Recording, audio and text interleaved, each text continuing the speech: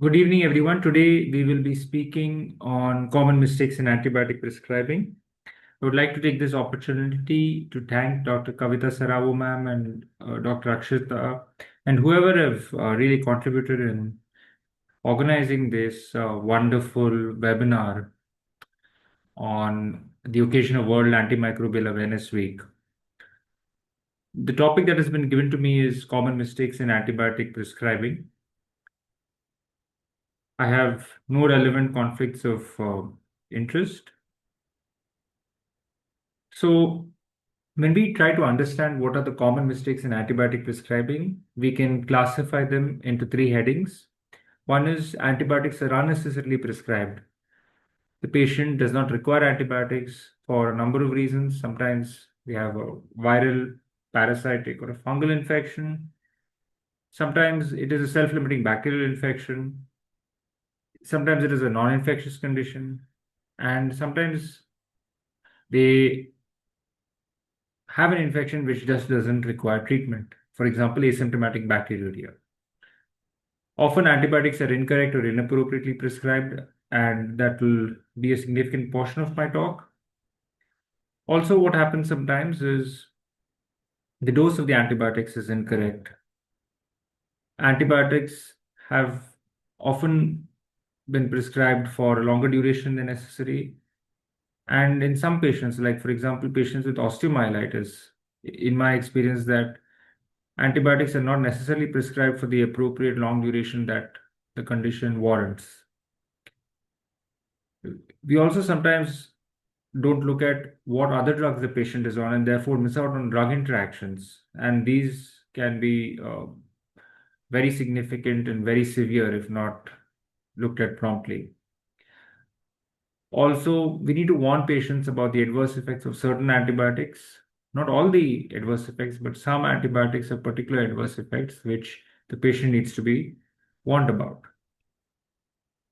So I'll just start by saying that I think a lot of mistakes in antibiotic prescribing happen because we don't look at the patient as a whole. We don't go in a stepwise manner. Our bedside core clinical medicine is just not there. So I'll start by saying that the history and physical examination is the most important in infectious diseases. The history is often diagnostic, and a careful history and physical allows us to really classify presentations into syndromes, and this facilitates early directed therapy. And I'll show you in the next few slides why common mistakes in antibiotic prescribing happen because we don't follow this. Physical examination, however, is key in a few conditions. For example, looking at Janeway lesions and splinter hemorrhages in patients with infective endocarditis, looking at eschars and scrub typhus, neck stiffness in pyogenic meningitis, Koplik spots for measles, and just simply looking at the oral cavity of a patient will tell us if the patient is on immunosuppression, such as steroids, or patient has another immunosuppressive condition. So how do we approach a patient? We first define a clinical syndrome, then we look at possible etiologies, and we administer the antibiotics only if there is a strong likelihood of a bacterial infection and waiting is sufficiently risky. So recently we had seen a patient with who was a 58-year-old male with an acute febrile illness with multi-organ dysfunction. He had hepatitis, hypoxia, pleural effusion, and possibly meningoencephalitis because he had presented with altered mentation. He was started on cefoperazone sulbactam, which was then so-called escalated to meropenem. His labs revealed an elevated white cell count, thrombocytopenia, and elevated liver enzymes. He had a CT chest done that showed bilateral pleural effusions, which were tapped and found to be exudative. There's nothing really significant on the CT abdomen, but he continued to have persistent fever. So that's when we were called in, and we found this on examination. This is an eschar. So this patient had very clearly scrub typhus, and that was again proven with the serological test being positive. He made a dramatic improvement with doxycycline and azithromycin and has been discharged. So if you look at the previous syndrome, we could say that the mistake started in a sense of not labeling the clinical syndrome as acute undifferentiated febrile illness, multi-organ dysfunction. And then once you know that the clinical syndrome is AUFI with multi-organ dysfunction, you know that one of the causes is scrub typhus.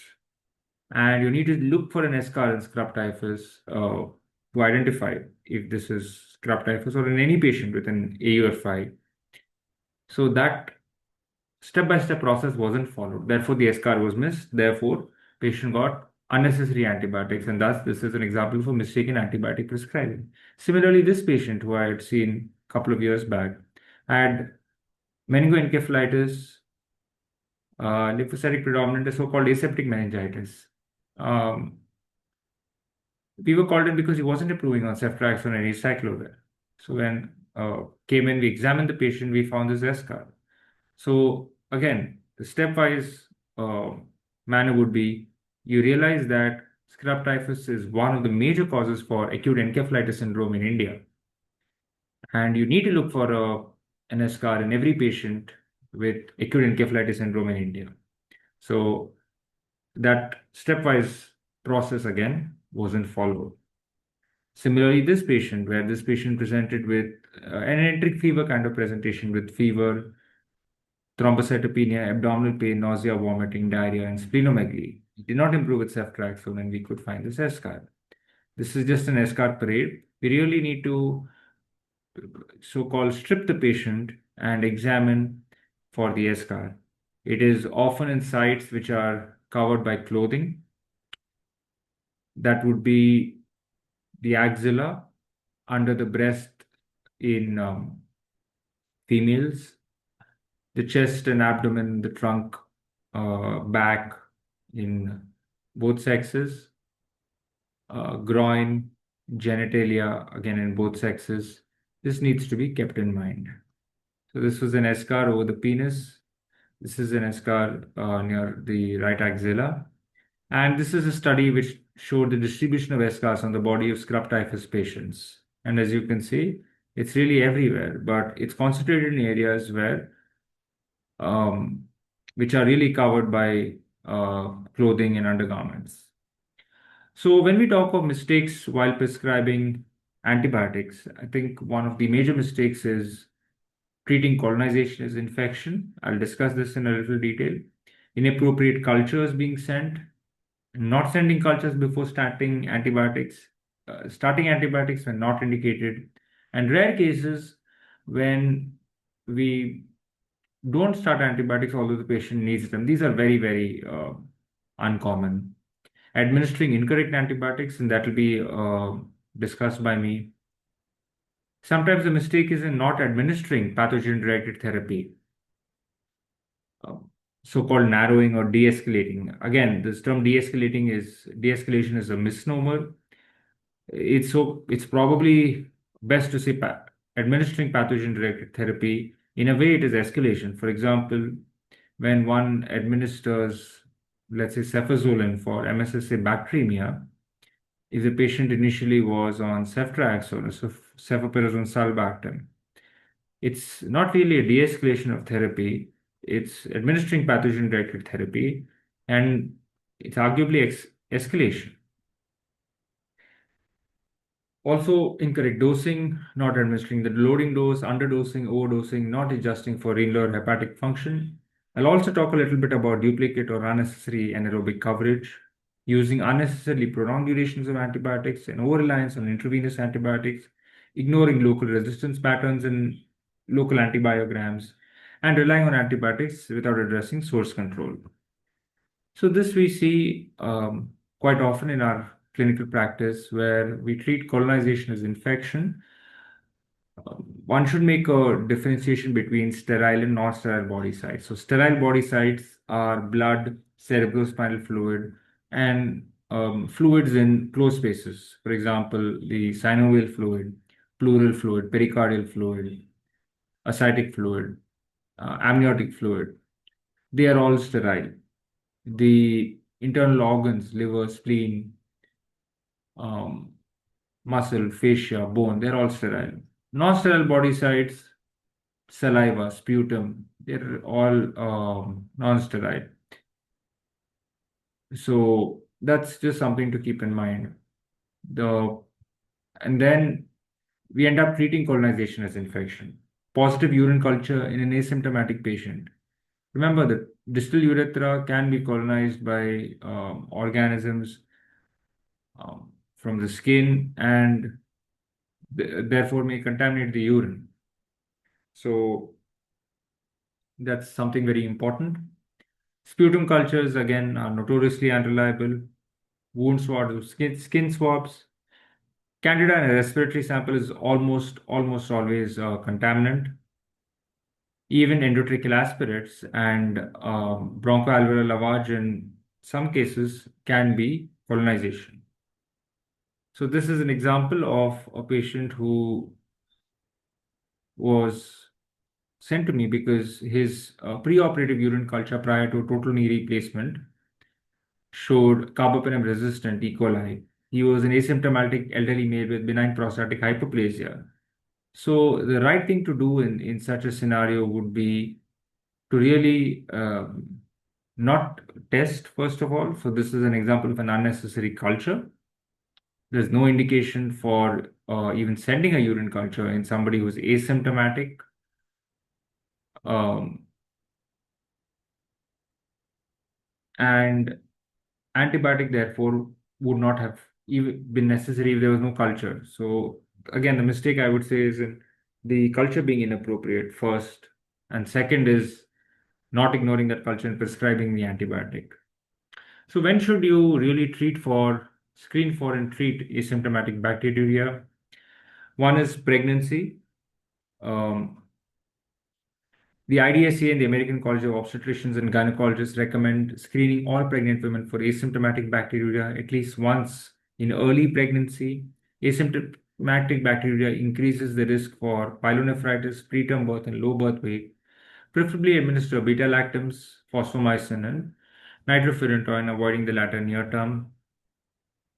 Second is prior to invasive urological procedures where mucosal bleeding is expected, such as cystoscopy with manipulation, transurethral dissection of the prostate, ureteroscopy, lithotripsy, and one gives targeted therapy to sterilize the urine.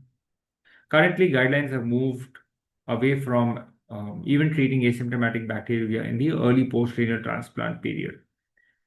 So I think if you really ask me, there are only two indications, pregnancy and prior to invasive urological procedures. So this is an example again where we need to clinically correlate. So this patient had come in from the community. Uh, she had a bad cavitary pneumonia. Her blood cultures had grown Burkholderia pseudomelae. Her bowel cultures, though, had grown CRE Klebsiella. The bronchoscopy was done a few days into admission. So she did not have any clinical features of new ventilator-associated pneumonia. So this was most likely a contaminant, and there was no indication to administer uh, antibiotics targeting the Klebsiella. So just keep that in mind. So inappropriate cultures, I already gave you one example. Low respiratory sample cultures in the absence of pneumonia, again, should not be sent. Please don't send pan cultures, right? We see often patients, especially those who have a tracheostomy, they send off urine culture, tracheostomy tube cultures, and blood cultures for every kind of fever. First, need to make clinical assessment of why is the patient febrile, and then we need to send appropriate cultures because these sites, urine, endotracheal aspirate, can always grow some bacteria or the other. Urine on skin swabs of colonized areas, again, should not be sent. Now, that's about just a brief introduction. Now, we will go into a little more depth and try and understand what are the mistakes in antibiotic prescribing. When should one not prescribe antibiotics? Of course, in viral infections, please do not give antibiotics for the non-specific viral upper respiratory infection, which consists of common cold, acute rhinosinusitis, acute pharyngitis, laryngitis, bronchitis, sometimes influenza-like illnesses, right? So these conditions are sufficiently distinct that careful symptomatology may help in reducing the specific condition, but a lot of patients will not have these specific symptoms. You can just label them as a non-specific viral upper respiratory infection. Remember, most acute conjunctivitis in adults, about 70% is caused by viruses, whereas in children, only about 20% of acute conjunctivitis is caused by viruses. Viral exanthems or morbidly formed rashes, again, do not need treatment. For example, measles, rubella, parvovirus B19, HHV6, HHV7, and mononucleosis.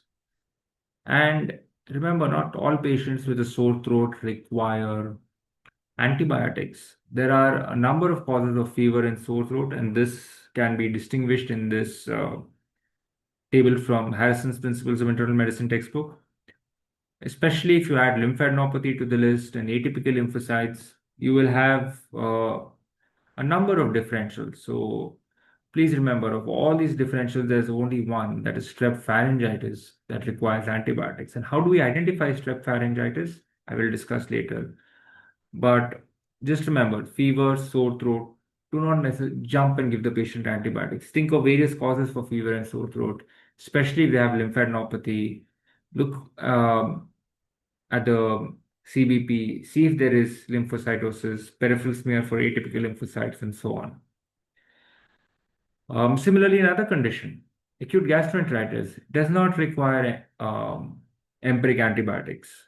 So unless the patient is extremely sick or has high risk features, which have been mentioned here, one needs to test. And once you do the test, then you can start the antibiotics till the reports come back and appropriately adjust. So it's not just one single binary thing that we take and say, yes, if this is there, antibiotics have to be given. Let's say there is somebody who only has 6 episodes of diarrhea in 24 hours, no high risk features, clinically well, no symptoms or signs of hypovolemia, non-pregnant. You can wait. You don't have to jump and give antibiotics. So these symptoms have to be looked at more as a rough guide, or a constellation of these symptoms would indicate need for empiric antibiotics. So when should we prescribe antibiotics for a sore throat?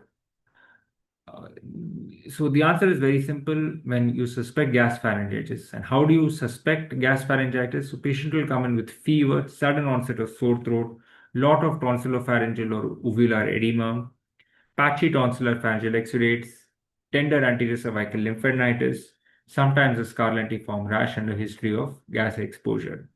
Whereas a viral pharyngitis really presents as a non-specific viral upper respiratory infection. So patient will have a lot of nasal congestion, coryza, running nose, nasal discharge.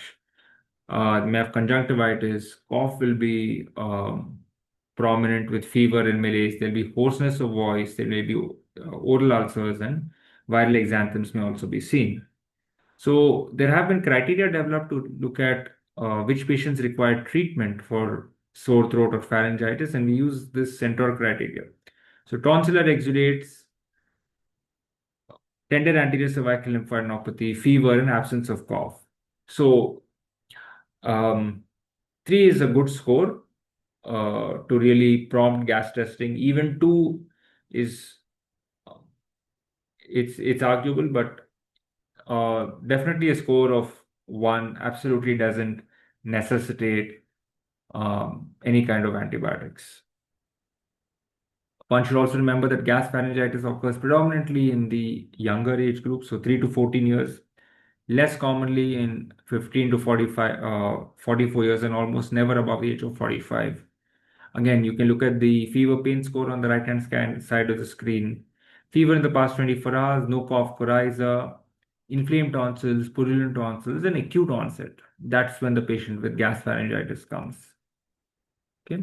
Even rhinosinusitis, purulent discharge for less than 4 weeks with severe congestion, facial pain, pressure, is most often due to viruses. Unless the symptoms persist for more than 10 days or there's a biphasic pattern of illness. That is initial improvement with a worsening 5 to 6 days later. So, OPD setting, when do we prescribe antibiotics? Obviously, if a patient has a clear-cut pneumonia, we cannot differentiate viral from bacterial. You have to start empirically. Most of the UTIs will be cystitis in the OPD, so that will necessitate antibiotics. Cellulitis or erysipelas, as I mentioned to you, strong suspicion of gasopharyngitis. So ideally a Centaur score of more than three or more, but at least two should be there to even warrant testing. Acute bacterial rhinosinusitis, and in certain patients where a bacterial infection is suspected. So scrub typhus, entry fever, because not necessarily that these patients will get admitted or they'll be sick enough to warrant admission. Okay. So this is an example here of a patient with two patients with cellulitis. Maybe the one on the right can be argued to be erysipelas because there's a clear line of demarcation. So remember, almost always cellulitis and erysipelas are caused by group A, streptococcus, and some cases are caused by methicillin, susceptible or methicillin resistant Staph aureus. Aerobic gram-negative bacilli almost never cause cellulitis. So the drug of choice in this condition is cefadroxil or cephalexin for mild to moderate patients, especially patients who are not getting admitted to hospital. If the patient is sick enough that they require intravenous treatment, then cefazolin is an excellent drug. Cefixime, cefpodoxime, cefoperazone, sulbactam are all gram-negative drugs, so you really don't need to give them for a patient with cellulitis. So this is a patient with septic arthritis of the right knee on coamoxiclav and linezolid, and it's not mentioned here, but this is methicillin susceptible Staph aureus. The oxacillin MIC and cefoxitin screen proved that the cefoxitin screen was negative. So amoxicillin clavulanate is susceptible. That's a smaller clue. But anyway, this was MSSA. The drug of choice for MSSA is a penicillinase-resistant penicillin such as flucloxacillin, cloxacillin, or dicloxacillin. What we have in India is flucloxacillin. A first-generation cephalosporin such as cefazolin is an extremely reasonable alternative. So this patient actually required not de-escalation, not really narrowing it down, but really administering pathogen-appropriate therapy or pathogen-directed therapy with flucloxacillin or cefazolin. That's the most appropriate treatment. One would discontinue the coamoxiclav and linezolid.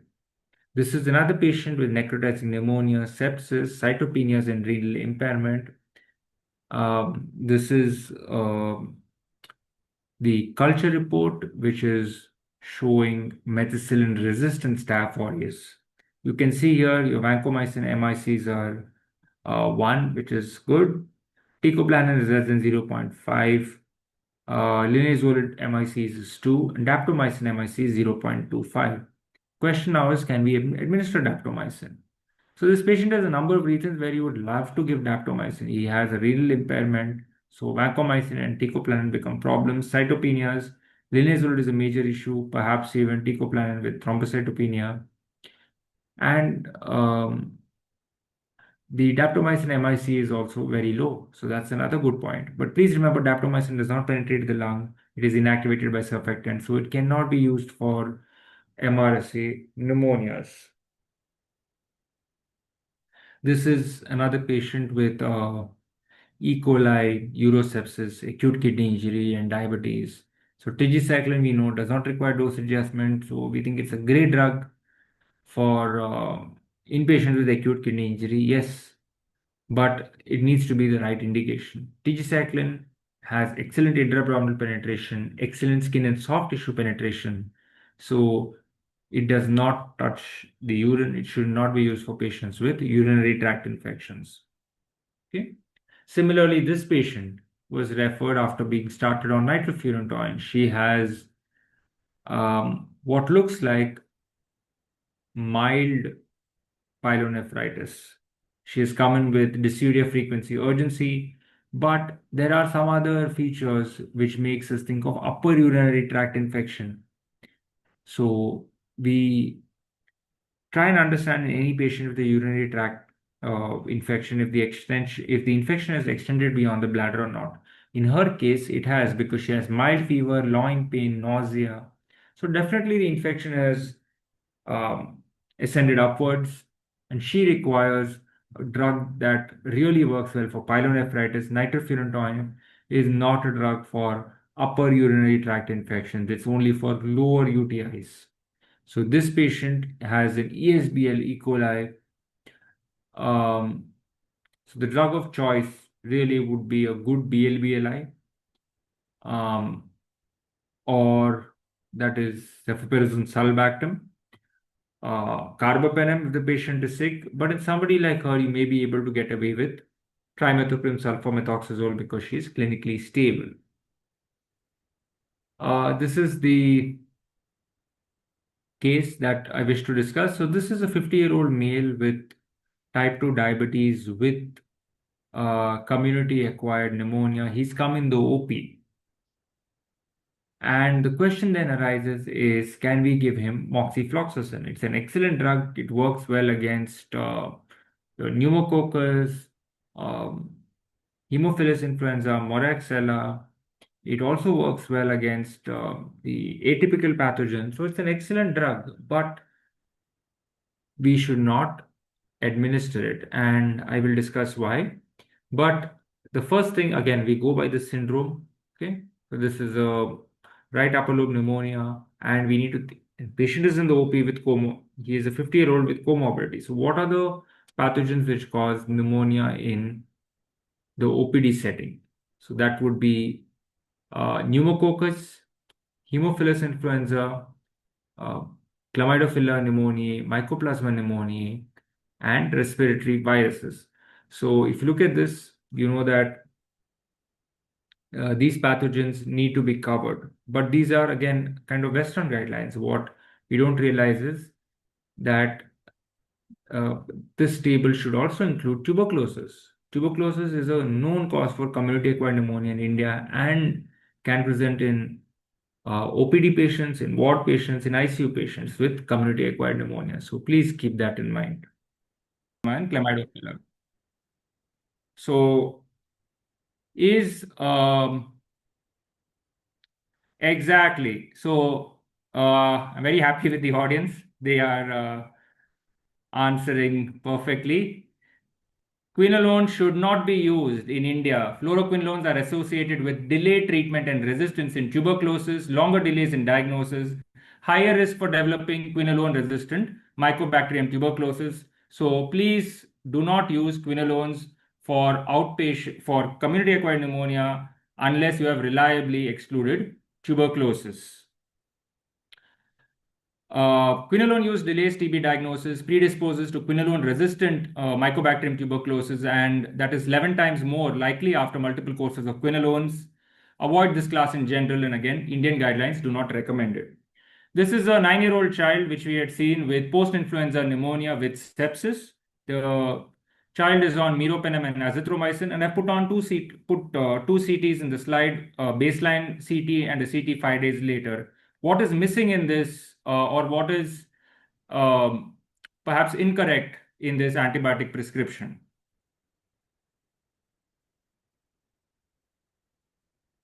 So this is a post-influenza necrotizing pneumonia, and in such cases, one must cover Staph aureus. Okay, community-acquired MRSA in young patients with post-influenza. Even sometimes they may have no other risk factors for MRSA. They can present with a cavitary pneumonia. Vancomycin for bacteremic cases, linezolid or clindamycin to decrease toxin production, co-tri for less severe cases are all reasonable. Please remember where you practice matters. In India, we need to keep these common causes for community-acquired pneumonia in mind: scrub typhus, melioidosis, tuberculosis, and sometimes, very rarely, even leptospirosis can have features suggestive of community-acquired pneumonia. So please do not forget these pathogens. The other mistake that I see in clinical practice is double anaerobic coverage, especially in patients undergoing abdominal surgery. Please remember, giving drugs such as cefoperazone sulbactam or piperacillin tazobactam along with metronidazole is not required because these BLBLIs have excellent anaerobic coverage. So coamoxiclav, ampicillin sulbactam, ticagrelor, piperacillin tazobactam, cefoperazone sulbactam have all excellent anaerobic coverage. And the carbapenems additionally have excellent anaerobic coverage. So when one is administering drugs such as ceftriaxone or cefepime, one could consider anaerobic coverage, as these drugs do not have reliable anaerobic coverage. The other thing that we commonly see is routine post-op antibiotics. Are they indicated? We need to know the surgical classification for wounds: clean, clean contaminated, contaminated, and dirty. We know these examples for clean and clean contaminated cases. So even almost all neurosurgical cases, unless it's grossly, they're operating on an infected case. Total knee replacements, total hip replacements, mastectomies, thyroidectomies, they're all examples of clean cases, right? So these patients require a single pre-op dose only.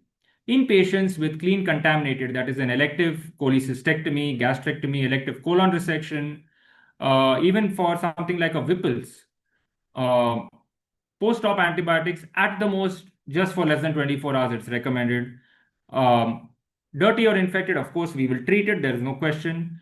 Contaminated cases like an open contaminated fracture or an acutely inflamed appendix, about 72 hours of antibiotics, short course. What we often see is that even patients who undergo clean surgeries are often prescribed antibiotics, and I think we need to raise awareness to our surgical friends about the unnecessity of this practice.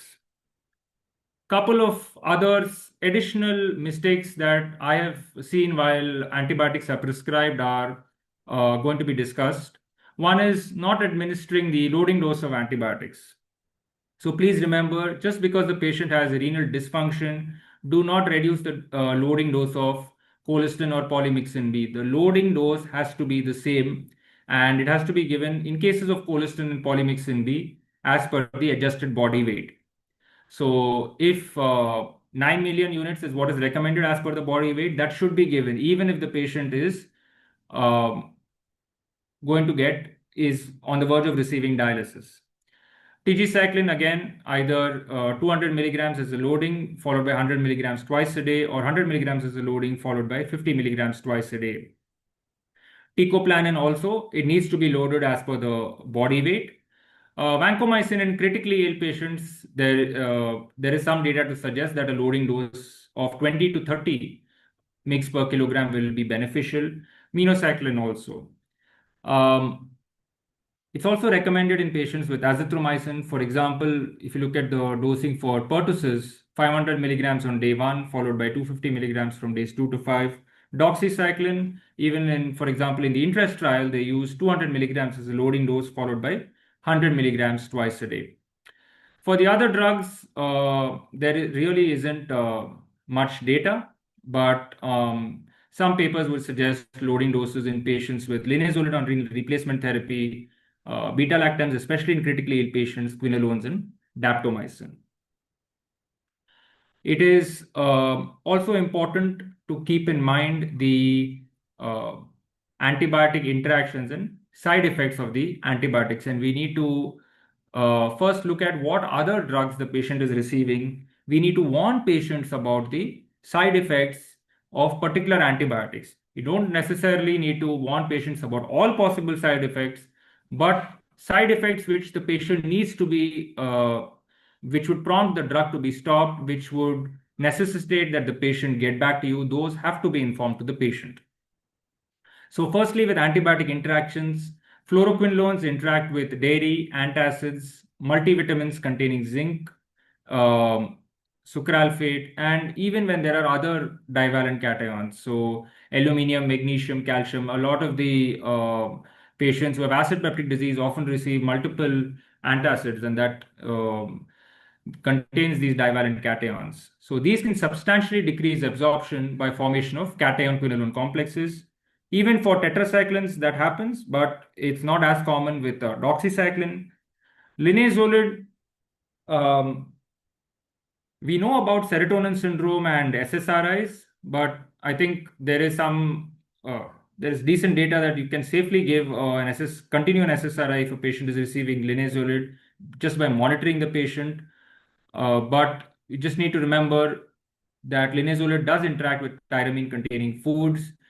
It also interacts with tramadol, and this can have serious consequences. But I have to be honest, I really haven't seen much with uh, interactions with linezolid. Similarly, metronidazole, tinidazole, and alcohol, that's something that we've been learning from our MBBS days. The other small point is because we see so much of tuberculosis in India, please administer isoniazid and rifampicin on an empty stomach. If you are giving a fixed dose combination of anti-tuberculous therapy, it should be taken on an empty stomach because those fixed dose combinations contain INH and rifampicin, and taking it after food can substantially decrease the absorption of both INH and rifampicin. With rifampicin, whenever it is used, please look at the what other drugs the patient is on. It's very important to keep in mind the drug interactions. With tetracyclines, you need to warn the patient about photosensitivity and esophageal ulceration, so you avoid giving it at bedtime and advise them to take it with a full glass of water and not lie down for about half an hour after taking it. Trimethoprim sulfamethoxazole. Please warn patients about the prospect of a rash, especially in those with HIV. Patients with HIV are much more likely to develop a rash with TMP-SMX, so please warn them. Please also look at the other drugs that they are on, especially if they are getting something like spironolactone. There have been reports of sudden deaths when patients with these diuretics receive TMP-SMX because of life-threatening hyperkalemia. Last couple of slides, one on source control of infection. I think there are clinical conditions where source control is absolutely mandatory, and no matter what you do, what antibiotics you administer, patient does not get better. General dictum is any abscess anywhere in the body needs to be drained. If it's sufficiently big, intra-abdominal infections almost always require some form of source control. Necrotizing skin and soft tissue infections, empyema, complicated parapneumonic infusion. And please remember, any infected prosthetic material, if you want to achieve cure, has to be removed, whether that's a prosthetic hip joint, knee joint, prosthetic valve, vascular grafts, stents, all of that needs to come out to achieve cure. Urological infection with obstruction, source control mandatory. Chronic osteomyelitis with sequestrum does require source control. Septic arthritis, it is a closed space. You need to drain the synovial fluid. Focal intracranial suppuration, for example, brain abscess, subdural empyema, cranial epidural abscess, all of them require drainage. Spinal epidural abscess requires drainage. Deep neck space infections, mediastinitis, even complicated bacterial sinusitis, invasive fungal sinusitis obviously require drainage. This is just one example. One patient that I've seen was continuously receiving antibiotics, a straightforward case of multiple carbuncles and skin abscesses. This patient just would have required a good source control. Patient was taken to OT and all these carbuncles, abscesses were drained, and patient did quite well. So rarely what we encounter are patients who do require antibiotics but are not administered. There are few conditions where the viral infection itself predisposes to secondary bacterial infection. Those include measles, respiratory viral infections, particularly influenza, varicella, dengue with a damaged gut mucosa and capillary leak. It can cause gram-negative translocation. I actually had a patient with dengue with acalculous cholecystitis who was having chills and rigors, and I was not very sure what was happening. He did send blood cultures, but it was only when the blood cultures turned positive that we administered antibiotics. Thankfully, the patient did well. So that was a case where perhaps she would have benefited from earlier administration. Falciparum malaria, even pertussis in the long term can predispose to these kind of secondary bacterial infections. one of the, I would say, two dogmas in that we see in infectious diseases are the concept that a longer duration of antibiotics is necessarily better than a shorter duration. And there is a doctor in Los Angeles, Dr. Brad Spellberg. He has a whole website dedicated to uh, the concept of shorter is better. And you can see he's listed here 25 conditions with more than 150 randomized controlled trials, all of which are showing that shorter duration of antibiotics are non-inferior to a longer duration. Similarly, if you look at this paper, they talk about two dogmas. One is, of course, the concept that longer is better and IV is superior. So, intravenous antibiotics, oral antibiotics are in no way inferior to intravenous antibiotics. The bug doesn't really care how the drug has reached there. We have excellent RCT data in both endocarditis and osteomyelitis about prescription of oral antibiotics. Perhaps I would say that personally, I'm a little more comfortable in prescribing oral antibiotics in osteomyelitis than yet in endocarditis, but perhaps things will change. Thank you for your patient listening, and I'm open to any questions. I'll stop sharing.